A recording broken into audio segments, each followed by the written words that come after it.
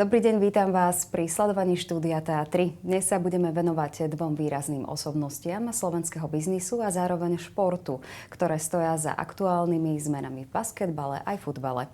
Naším prvým hosťom je Jan Miller, predseda predstavenstva Partners Group Holding SK a nový majiteľ prievidského basketbalového klubu. Klub najskôr podporoval ako partner, no dnes ho už vedie ako vlastník s ambíciou vybudovať z Prievidze stabilnú značku nielen na Slovensku, ale aj v stredoeurópskom priestore. Dobrý deň, vítajte.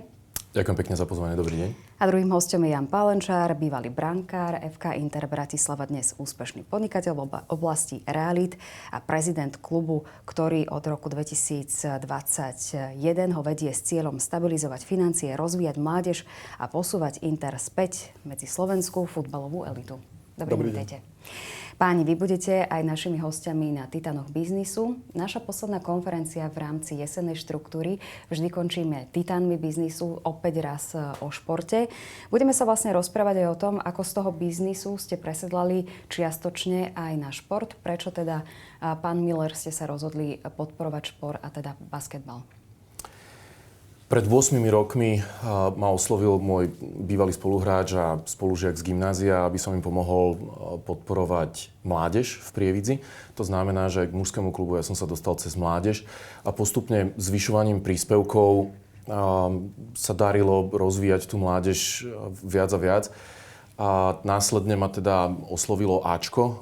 V tej dobe v Prievidzi mužský basketbal a mládežnícky basketbal neboli prepojení, mali rozdielne názvy, rozdielne farby, dokonca tam historicky boli nejaké animozity medzi nimi. A najprv ma požiadali o finančnú podporu a využil som svoje znalosti finančnej analytiky, takže ma zaujímal spôsob financovania, zaujímalo ma, odkiaľ rejzujú peniaze, ako to urobiť čo možno najefektívnejšie.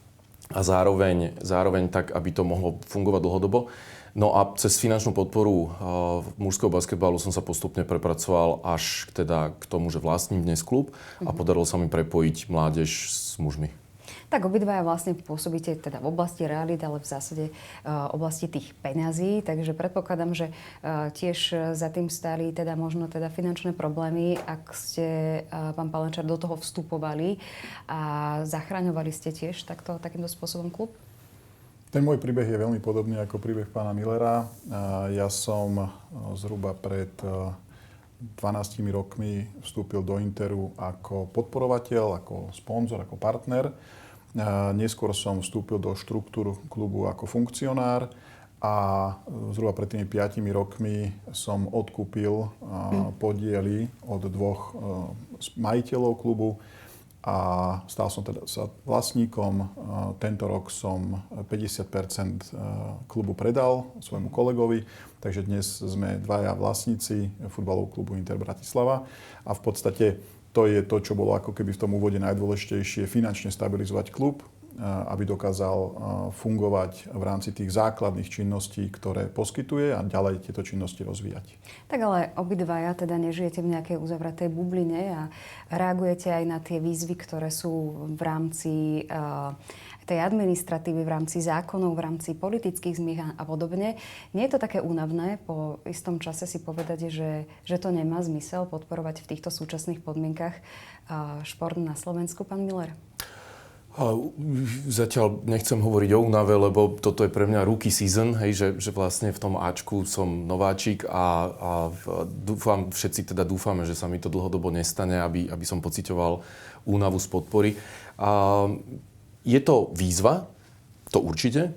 A je to mimoriadne zaujímavé. Pre mňa je to zaujímavé aj v tom, že marketing vo finančnom biznise je úplne iný ako marketing v športovom biznise. Športový marketing je pre mňa veľmi inšpiratívny, učím sa nové veci a zároveň ten šport prináša do života človeka emócie, ktoré vo finančnom biznise som už pomaly ako keby nepoznal, pretože vo finančnom biznise robíte rozhodnutia, ktoré vám v rokoch prinášajú výsledky. A keď to prinesie výsledky, tak tam nemáte tú spontánnu radosť. Je tam tá plánovaná radosť, lebo tie dobré rozhodnutia ste urobili 2, 3, 5, 7 rokov predtým.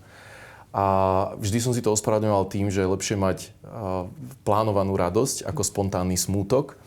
Ale ten šport prináša práve tie spontánne emócie, o to je ten život zaujímavejší. Pán Palenčár, po 12 rokoch únava? Nie, určite nemôžem hovoriť o únave, ale samozrejme stále ma prekvapujú niektoré situácie, či to už je v komunikácii so štátnou správou, samosprávou a podobne. A v tom, že snažíme sa v rámci klubu, ale nielen v rámci klubu, tým, že som funkcionár aj v rámci Bratislavského futbalového zväzu, presviedčať samosprávu, že športové kluby nie sú organizácie, ktoré len sa snažia akoby ten šport rozvíjať, trénovať deti. My predovšetkým deti vychovávame a mládež vychovávame, čiže mali by sme byť súčasťou nejakého výchovného procesu. Tak ako je škola, tak ako je rodina, tak by mal byť aj športový klub, tak sú napríklad umelecké školy. A vysvetlíme, že je potrebné nadstaviť systémovú podporu športujúcej mládeži. A práve z toho dôvodu, že deti vychovávame, vedieme ich k zdravému životnému štýlu, zdravému sebavedomiu, tímovosti, zodpovednosti, cieľavedomosti. To sú tie parametre, ktoré im vštepujeme. A toto všetko ešte robíme na úrovni trénerov, ktorí sú vzdelávaní, ktorí sú pod vlastne kontrolou Národného zväzu, tak ako basketbal, tak ako futbal. To znamená, že to nie je niečo, čo si tréner vymyslí a chce deťom niečo ukázať. To sú presne plánované nejaké tréningové procesy, výchovné procesy a preto naozaj je potrebné, aby sa aj športové kluby dostali do systému vzdelávacieho programu. A to, čo nás mrzí, nevytvára to únavu, ale mrzí, to je to taký trošku boj ako s veternými mlynmi, je to, aby samosprávy začali systémov podporovať športujúcu mládež. No a k tej mládeži sa teraz dostaneme. Inak vyzerá tá práca s mládežou v posledných mesiacoch oproti možno minulosti.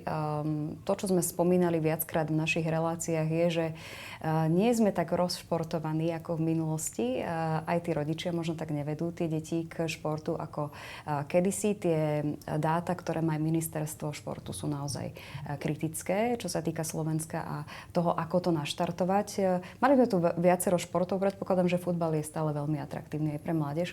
Ako s ňou pracujete? Určite futbal je atraktívny. Na druhej strane treba povedať, že tie dáta, ktoré ministerstvo má, sú relevantné. Keď si pozrieme predovšetkým v menších mestách, je menší záujem o športovanie mládeži. Tu treba ale jasne povedať, že to nie je len o tých deťoch. Toto je naozaj, ako ste spomenuli, hlavne o rodičoch, ktorí musia mať záujem a musia chcieť viesť tie deti. Lebo je to určitá obeta. Pokiaľ si uvedomíme, že 10-ročné dieťa trénuje 4-krát do týždňa, má 4-krát po škole tréning a potom má ešte víkend zápas, to znamená naozaj celá rodina sa musí prispôsobiť tým športujúcim deťom. A toto musia chcieť rodičia. Čiže tá práca u nás v klube nie je len z pohľadu práce priamo s deťmi, ale aj s rodičmi. A tu začíname v zmysle edukácie rodičov, prečo je dôležité, aby dieťa športovalo. Nemá byť prvá motivácia to, že však moje dieťa sa bude živiť tým daným športom alebo futbalom. Nie, tie štatistiky sú neúprosné, len malé promile detí prichádza do toho, že v dospelosti zahrába športom, ale práve tie motivácie, ktoré som spomenul, zdravý životný štýl a tie výchovné procesy. Takže to nie je len práca s deťmi, je to práca s rodičmi, je to práca so širokou verejnosťou, je to pracovanie na tom klubizme, zvyšovanie si akoby záujmu o klub a o činnosti v klube, pracovanie s partnermi. To je ten marketing, ktorý je nesmierne dôležitý, tak ako vo firme, tak aj v klube samotnom. Pán Miller, vy akú máte víziu práce s mládežou do budúcnosti? Odkedy som sa stal členom správnej rady a teda podarilo sa nám spojiť mužský a mládežnícky basketbal, tak sme museli modifikovať ciele v mládeži. A tým najdôležitejším cieľom je výchova profesionálnych hráčov pre Ačko a reprezentantov pre mládežnícke kategórie v rámci Slovenska. A samozrejme áno, tie čísla sú neúprosné. To znamená, že skutočne malé percento až promile má šancu sa živiť tým športom. Na druhú stranu, ten crème de la crème sa potom živí úžasne. Dnes už to vidíme, že tento rok podpísal kontrakt Timo Malovec na univerzite v Miami a jeho kontrakt je atraktívnejší, ako mal Slavkovský prvý rok ako jednotka draftu v Montreali. A zároveň si treba povedať, že nikto z tých detí, kto začne robiť kolektívny šport, tak mu to neublíži v živote. Práve naopak, o živote kolektívny šport tie deti naučí ohromne veľa. A teda súčasťou celého toho programu je výchova morálno-vôľových vlastností, vytváranie skillov a zručností, ktoré pomáhajú v živote k úspechu. A tou úlohou, aby sme mohli vychovať profesionálnych hráčov, zároveň ju môžeme naplňať vtedy, keď máme profesionálnych trénerov. To je ďalší krok, ktorý sme definovali ako ciele. Chceme, aby na každom tréningu boli dvaja tréneri.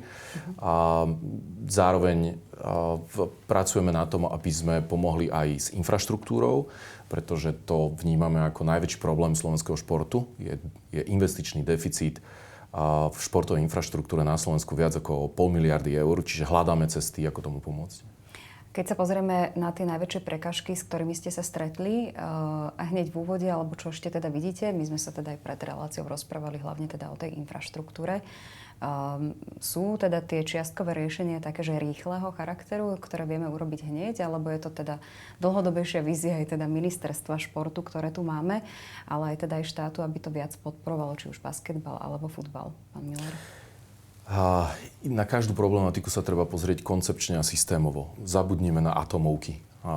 Zvlášť teda ani v politike, ani v ekonomike, ani v riadení akéhokoľvek subjektu, organizácie, ani v športe neexistujú rýchle riešenia. Ak niečo neriešime 20 rokov, tak si nemôžeme myslieť, že to vyriešime za 20 dní. To je nezmysel.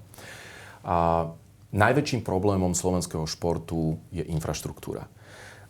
Dnes u nás v akadémii okolo 90% nákladov spojených s financovaním detí znášajú rodičia. Ale nemôžu rodičia zároveň znášať ešte aj náklady na budovanie a starostlivosť o infraštruktúru. To už je šialené. Čiže najväčším problémom vnímame infraštruktúru. Ako som povedal, viac ako 500 miliardy eur pociťujeme na Slovensku investičný deficit v rámci infraštruktúry. Ale sú tam aj ďalšie kroky. A treba sa pozrieť na financovanie športu koncepčne a systémovo. V prvom rade si treba povedať, že síce 37% populácie Slovenska podľa štatistík nesúhlasí s tým, aby z ich daní bol financovaný šport. Ale my si musíme uvedomiť, že šport je vo verejnom záujme. V prvom rade šport zabezpečuje fyzickú pripravenosť obyvateľstva, fyzickú zdatnosť. A najviac sa to využíva v obrane. My už si to neuvedomujeme, pretože sme súčasťou NATO, ale fyzická zdatnosť populácie znamená obranyschopnosť krajiny a o tom by vedeli rozprávať Ukrajinci. Preto v minulosti z ministerstva obrany boli financované športové kluby. Zároveň z toho benefitujú silové zložky, ako sú hasiči, policajti, záchranári. To znamená, keď ja som fyzicky pripravený, zdatný, o to lepšie potom môžem pôsobiť v silových zložkách. Preto boli športové kluby financované aj z ministerstva vnútra, športové kluby policajtov a tak ďalej. Tretia, nemenej dôležitá vec je zdravotná starostlivosť. Zábrnem malinko do futbalu. V 2018 sa Island ako najmenšia krajina na svete dovtedy kvalifikoval na majstrovstvá sveta vo futbale a všetci svetoví experti analyzovali, že ako je to možné, ako sa im to podarilo. Island dokázal systémovo financovať šport. Boli úspešní vo futbale, boli úspešní v basketbale, boli úspešní v hádzanej, v kolektívnych športoch, pretože individuálny šport je výsledkom, nazývame to klanu, obvykle rodiny, ale kolektívny šport je výsledkom systému. Island mal významné výdavky spojené so starostlivosťou o zdravie a extrémne im narastali v porovnaní s priemerom Európskej únie. Ako náhle zabezpečili financovanie športovania mládeže, kde dnes na Islande deti robia 2-3 športy naraz a po 15. roku veku sa špecializujú, významne im kleslo práve výdavky z verejných zdrojov spojených so zdravotnou starostlivosťou. Tieto štatistiky, myslím si, že aj Slovenský futbalový zväz dokonca v spolupráci s Slovenským olympijským výborom rozpracoval pre účely aj ministerstva školstva, akým spôsobom bude mať šport dopad aj na zdravotníctvo a na teda nižšie výdavky na Slovensku. Pán Palenčár, vy keď hovoríte vždy o tých problémoch, aj teraz ste to spomenuli, tak hlavne teda upriamujete pozornosť na tie samosprávy, že nie všetky samosprávy chcú spolupracovať. Tam je ten najväčší zádrhel? Ono tých problémov je viac. Tak ako kolega spomenul, infraštruktúra je taký ten základný problém, zlá infraštruktúra. A teraz vôbec môžeme hovoriť o všetkých športoch, ktoré sú na Slovensku, nie len o futbale. Ale tu tiež by sme museli ísť do niektorých regiónov. Keď si pozrieme, na Bratislave od roku 1990 sa zrušilo 42 futbalových ihrisk. Keď si uvedomíme, že jedno futbalové ihrisko je zhruba hektár, tak je to 42 hektárov, ktoré odišli zo športu, odišli z futbalu, nenahradili sa. V Bratislave máme enormný záujem o hranie futbalu. Nemáme ihriská. Keby sme išli do niektorých menších miest alebo do obcí, tak naopak, tam nejaké ihriská sú, ale už nie je mládež, keďže tie regióny vymierajú a ľudia odtiaľ odchádzajú, mladí ľudia. A keď som rozprával o samospráve, chcel som tým povedať, že samospráva podporuje šport. Samospráva, ako vo všeobecnosti, je najväčší podporovateľ športových klubov, ale musíme sa pozrieť zasa na jednotlivé regióny a jednotlivé samosprávy. Niektoré samosprávy dostatočne podporujú športovanie mládeže, iné samosprávy nepodporujú. Čiže je to o tom, aký vzťah má daný primátor, starosta alebo zastupiteľstvo k podpore športu. Nie je to plošne. Niektoré samosprávy dokonca majú všeobecné záväzné nariadenia, kde je veľmi jasne povedané, pokiaľ klub má daný počet športujúcich detí, je registrovaný pod národným zväzom, tak má nárok na daný príspevok. Čiže nemusí klub hľadať rôzne výzvy, nemusí sa zaoberať administratívou, do čoho sa zapojiť a žiadať peniaze. Hej? Automaticky má na to nárok. Ale tých samospráv je naozaj veľmi málo, ktoré takto postupujú. A hovorím o tom, že nie je tu spoločne systémové opatrenie, kde by vedeli športové kluby, že keď splním tieto podmienky, mám nárok na túto podporu. A toto vidím ako veľký problém z pohľadu dlhodobosti a systémovej podpory športujúcej mládeže. Ešte možno taká rada, alebo respektíve rady z vášho pohľadu, ako už ste to aj spomenuli, ten klub versus tá základňa fanúšikov. Myslím si, že Inter má takú staršiu trošku základňu tých fanúšikov, ktorí sú ale naozaj tí skalní, ktorí chodia aj na zápasy, keď ich hráte mimo Bratislavy. Ako to vlastne budovať a posilňovať, aby sa to naozaj stalo pevnou súčasťou mesta? Myslím si, že budovanie klubizmu alebo živenie klubizmu je nesmierne dôležité pre každý športový klub. My máme obrovskú históriu, ktorá sa nedá kúpiť. Tu sme jeden z najúspešnejších futbalových klubov ešte bývalého Československa a mnohí pamätníci ešte si pamätajú veľké zápasy so Spartou, ale aj najväčšie derby so Slovanom a podobne. Inter má 2 double, čiže vyhral v jeden rok aj pohár, aj majstra. Dnes v súčasnosti hráme druhú ligu. Samozrejme záujem je posúvať Inter na tú pomyselnú mapu a k tým, aby sa priblížil opäť k tým najlepším. Nie je to jednoduché. V súčasnosti za nami nestojí žiadny veľký partner, ako kedysi bol spojený Inter so Slovnaftom ešte za bývalého režimu a nejakú dobu to ešte pokračovalo. Toto vnímam tiež ako problém, že v podstate to, čo bolo pred tým rokom 1989 nadstavené, že veľké fabriky mali povinnosť podporovať kultúru, šport, že toto sa nespojilo s privatizáciou. To znamená, ak sa privatizovalo, malo prísť aj k tomu, že dané podniky mali naďalej podporovať či šport, kultúru a podobne. Toto sa neudialo a samozrejme tieto podniky prestali podporovať. To znamená, športové kluby si museli nájsť iný spôsob financovania. Takže v každom prípade sa ale vrátim k tej komunite a k tej, ako by povedal som, že športovej, futbalovej rodine. My sa snažíme pracovať dnes nie len s tými pamätníkmi, ktorí chodia, ako ste spomenali, na naše všetky zápasy, či hráme vonku alebo doma, ale pracovať aj s mládežou a vytvárať tú novú generáciu interistov a myslím, že sa nám to darí. Pán Miller, ako podporovať aj presne tento klub takýmto spôsobom cez tých fanúšikov, pracovať s nimi, aby sa vlastne ten klub stal naozaj pevnou súčasťou mesta? Ako ste spomenuli, postupné starnutie fanúšikov nie je problém len na Slovensku. Včera skončila veľká športová konferencia v Budapešti. A toto bola jedna z tém, kde je to problém celej Európy. Aging, alebo teda starnutie obyvateľstva, je problém celej Európy. A ako s tým pracovať, je na maximum sa sústrediť na tzv. Fun experience. A to, čo ako nováčik, teda z manažerského pohľadu som videl v basketbale, je, čo považujem, že je jedna z vecí, ktorú treba zmeniť, zlepšiť, je, že bývalí basketbalisti robia basketbal pre bývalých basketbalistov a potom sa čudujú, že to nie je mainstream. A treba sa na to pozrieť biznisovo. To znamená, že ten zápas, tá hra je vlastne produkt a a ja okolo toho produktu musím postaviť ten zážitok pre toho fanúšika a musím sa na toho fanúšika cieliť. Pretože keď sa pozriem na štruktúru financovania, tak dnes väčšinu príjmu basketbalového klubu Prievidza tvoria fanúšikovia a sponzori. No a sponzorom, samozrejme, väčšinu príjmu tvoria klienti, čo sú zase fanúšikovia. Čiže sústredenie číslo 1 je navýšenie počtu fanúšikov na jednotlivých zápasoch. Ako to urobiť? Je v prvom rade, to prostredie musí byť bezpečné. Chceme tam rodiny s deťmi, pretože fanúšikovstvo, to srdciarstvo sa buduje do 14. roku veku. Už potom je neskoro. To znamená, že my chceme, aby rodiny nosili deti, aby to bolo pre tie deti atraktívne, aby to bolo zaujímavé a nie vždy je pre nich tá samotná hra zaujímavá. To znamená, ten sprievodný program okolo tvorí minimálne 50% atraktivity pre daného fanúšika. Zároveň sa chceme sústreďovať na ženy, pretože v športovom marketingu existuje analytika, ktorá hovorí, že ženy sú lojálnejší fanúšik. Oveľa menej im záleží na výsledku, ako im záleží na tej zábave. Zároveň, a na tom nie je nič zlé, keď to povieme, ženy na tom športovom podujatí míňajú viac peňazí. Kúpia si šál, kúpia si nejaké občerstvenie, kúpia si merch. To všetko klubu pomáha sa financovať. My sa musíme pozerať a byť vďační za každé 1 euro, ktoré do toho klubu príde.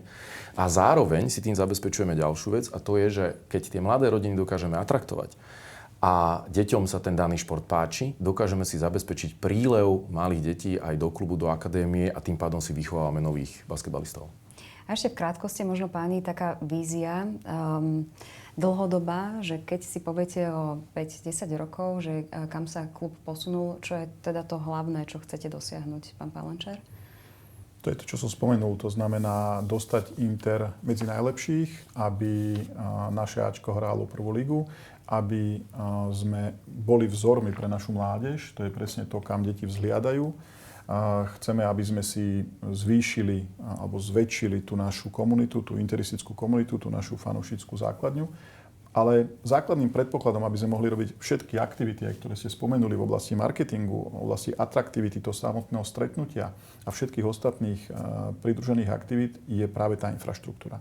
To znamená, bez vlastného stánku, bez pekného stánku, bez prostredia, ktoré je bezpečné, ktoré je slušné, toto nedokážete zabezpečiť. Čiže pre nás je najväčšia úloha na najbližšie obdobie vlastný stánok, ktorý nemáme, vlastný štadión. Verím, že sa nám to práve do tých 2, respektíve 3 rokov podarí. Pán Miller? A vnímam basketbal v Prievidzi ako